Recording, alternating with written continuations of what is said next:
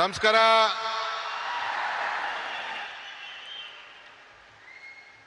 Honorable Prime Minister, the leader of this country, Shri Narendra Modi ji,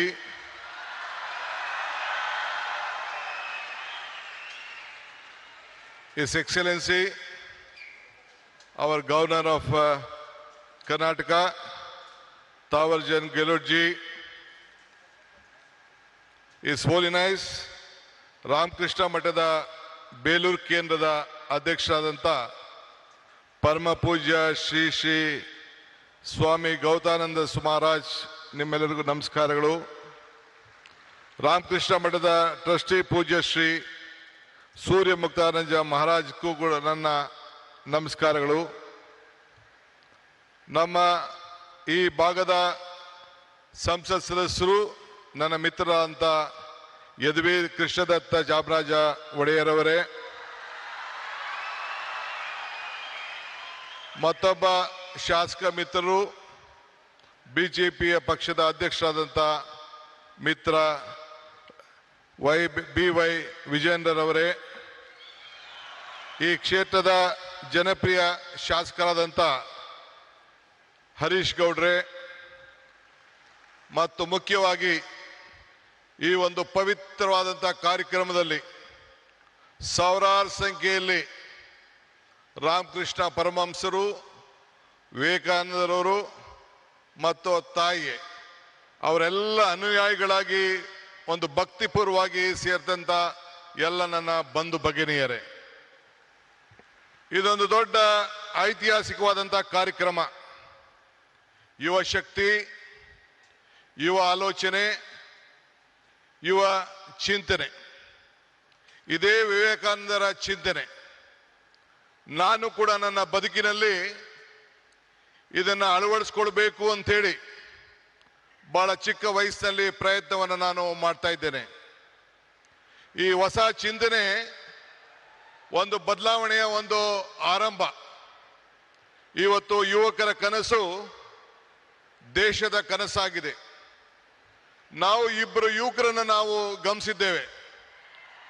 ನಮ್ಮ ಯುವಕರು, ವಿದ್ಯಾರ್ಥಿಗಳು ಇಡೀ ರಾಷ್ಟ್ರಕ್ಕೆ ಏನು ಸ್ವಾಮಿ ವಿವೇಕಾನಂದವರು ಕೊಟ್ಟ ಆದೇಶವನ್ನ ನನ್ನ ಯುವಕರು ನಮ್ಮೆಲ್ಲರೂ ಕೂಡ ಒಂದು ಸಂದೇಶವನ್ನು ಕೊಟ್ಟಿದ್ದಾರೆ.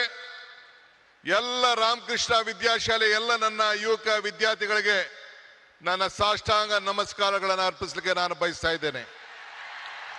ಇದು ನಮ್ಮ ಸರ್ಕಾರದ ಆಲೋಚನೆ ಕೂಡ ವಿವೇಕಾನಂದರ ಆಲೋಚನೆಯನ್ನ ಹಮ್ಮಿಕೊಂಡಿದ್ದೇನೆ. ಯುಗ ನವಯುಗ, ಇದೇ ನಮ್ಮ ದೊಡ್ಡ ಘೋಷಣೆ ಅಂತ ಹೇಳಲಿಕ್ಕೆ ನನಗೆ ಬಹಳ ಸಂತೋಷ ಆಗ್ತದೆ. ಇವತ್ತು ನಾವೆಲ್ಲ ಸೇರಿ ಒಂದು ಟೀಮ್ ಕರ್ನಾಟಕ ಆಗಿ ಕರ್ನಾಟಕದ ಅಭಿವೃದ್ಧಿಗೆ ಇಡೀ ವಿಶ್ವ ಕರ್ನಾಟಕವನ್ನ ಗಮನಿಸ್ತಾ ಇದೆ. ಈ ಹಿನ್ನೆಲೆಯಲ್ಲಿ 10,000 ಯುವ ಸಂಘಟನೆಗಳು ಒಟ್ಟಾಗಬೇಕು. ಇಡೀ ಪಂಚಾಯತ್ಗಳಲ್ಲಿ, ಮುನ್ಸಿಪಾಲಿಟಿಗಳಲ್ಲಿ ಸಂಘಗಳು ಬೇರೂಡಬೇಕು ಅಂತ ಹೇಳಿ ನಾನು ಕೂಡ ಒಂದು ಹೊಸ ಚಿಂತನೆಯನ್ನ ಪ್ರಾರಂಭವನ್ನು ನಾನು ಮಾಡ್ತಾ ಇದ್ದೇನೆ. ಹಳ್ಳಿಗಳಲ್ಲಿ, ನಗರಗಳಲ್ಲಿ ನಮ್ಮ ಯುವ ಶಕ್ತಿಯನ್ನು ನಾವು ಸರಿಯಾದ ರೀತಿ ಬಳಸ್ಕೊಂಡು ಸಾಂಸ್ಕೃತಿಕ ಕ್ರೀಡೆ, ನಾಟಕ ಇವೆಲ್ಲ ಕೂಡ ಅಳವಡಿಸ್ಕೊಳ್ಳಿಕ್ಕೆ ಅನೇಕ ಕಾರ್ಯಕ್ರಮಗಳನ್ನು ಇವತ್ತೆಲ್ಲ ನಾವು ರೂಪಿಸ್ಕೊಂಡು ಬಂದಿದ್ದೇವೆ. ಈ ಮೂಲಕ ನಮ್ಮ ಯುವಕರಲ್ಲಿ ಒಂದು ದೈಹಿಕವಾದಂಥ ಶಕ್ತಿಯನ್ನ, ಮಾನಸಿಕವಾದಂಥ ಶಕ್ತಿಯನ್ನ ಇವತ್ತು ನಾವೆಲ್ಲರೂ ಕೂಡ ಕಾಪಾಡಲಿಕ್ಕೆ ನಾವೆಲ್ಲ ಕೂಡ ಬದ್ಧರಾಗಿ ಇವತ್ತು ಕೆಲಸವನ್ನು ಮಾಡಬೇಕಾಗಿದೆ. ಬಂಧುಗಳೇ, ಈಗ ತಾನೇ ನಾವು ಟಿವಿಯಲ್ಲಿ ಚಿತ್ರವನ್ನ ಗಮನಿಸೋ, ಮೈಸೂರಿನ ಇತಿಹಾಸ ವಿಶ್ವದ ಇತಿಹಾಸ. ಮೈಸೂರಿನಿಂದ ಇವತ್ತು ಸ್ವಾಮಿ ವಿವೇಕಾನಂದರವರು 1893ರಲ್ಲಿ ಇಲ್ಲಿಂದ ಹೆಜ್ಜೆ ಹಾಕಿ ಆವತ್ತಿನ ಕಾಲದಲ್ಲಿ ಒಡೆಯರು, ಮಹಾರಾಜರು ಏನು ಅವ್ರಿಗೆ ಕೊಟ್ಟಂತ ಪ್ರೋತ್ಸಾಹದಿಂದ ವಿಶ್ವಕ್ಕೆ ಹೋಗಿ ಮೈ ಬ್ರದರ್ಸ್ ಅಂಡ್ ಸಿಸ್ಟರ್ಸ್ ಅಂತ ಏನು ಭಾಷಣವನ್ನ ಮಾಡಿದ್ರು, ಇಡೀ ವಿಶ್ವದ ಗಮನವನ್ನ ಈ ಭೂಮಿಯಿಂದ ಸೆಳೆಯಲಿಕ್ಕೆ ಒಂದು ದೊಡ್ಡ ಶಕ್ತಿಯನ್ನು ಕೊಟ್ಟರು.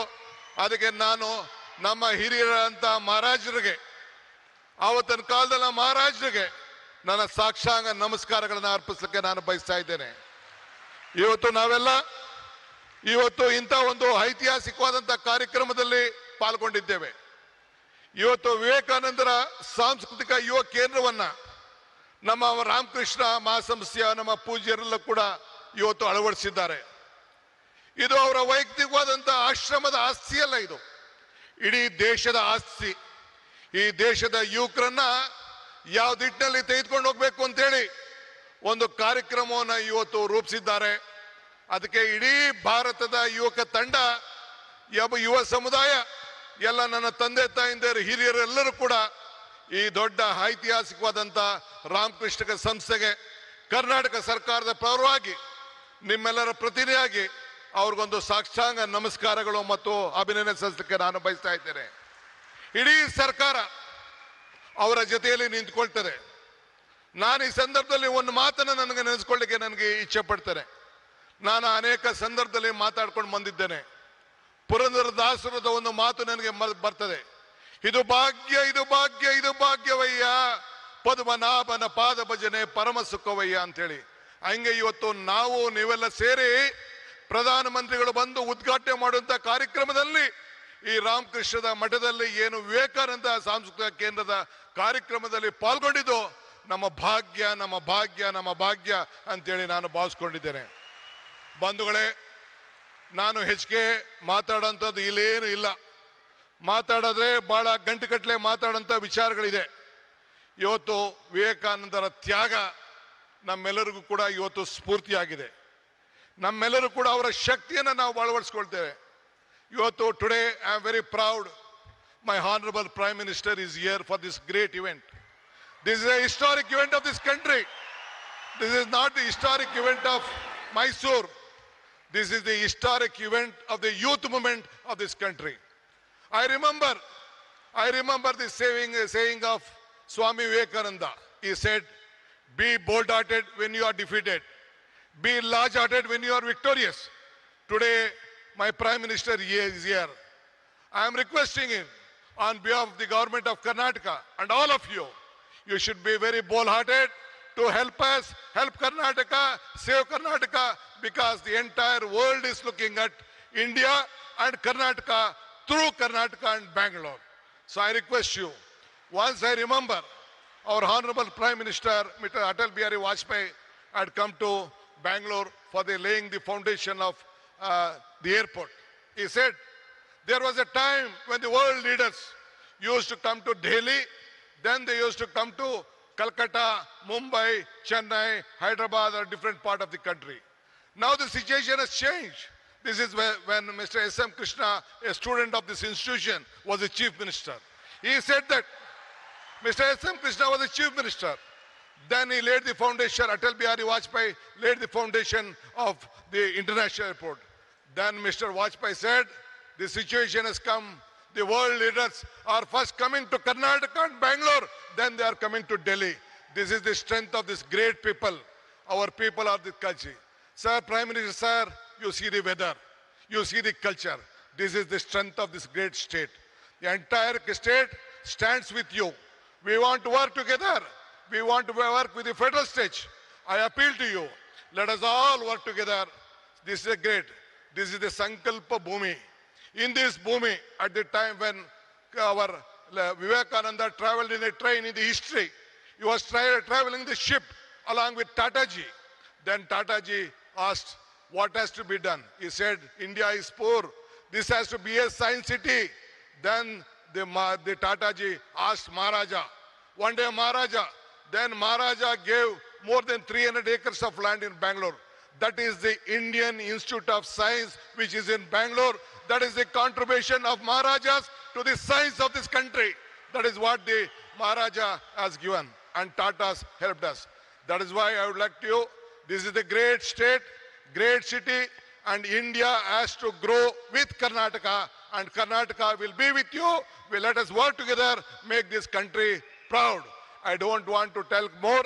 I have a lot of things, but I have given only 5 minutes time. I don't want to waste your time. Prime Minister message is very much important for the country. Let us work together. Let us build Karnataka, let us build India, a strong India. ಜೈ ಹಿಂದ್, ಜೈ ಭಾರತ್, ಜೈ ವಿವೇಕಾನಂದ, ಜೈ ರಾಮಕೃಷ್ಣ, ಜೈ ಮಾತಾ. ಎಲ್ಲರಿಗೂ ನಮಸ್ಕಾರ.